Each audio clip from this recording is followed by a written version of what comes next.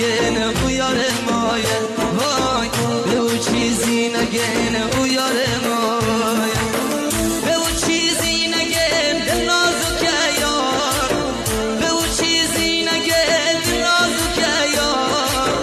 که او از کودکی همراه مایه وای که او از کودکی حالشو میخونی چشمان سیاه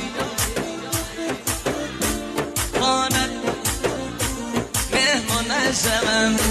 چشمان سیاه قربانت شمم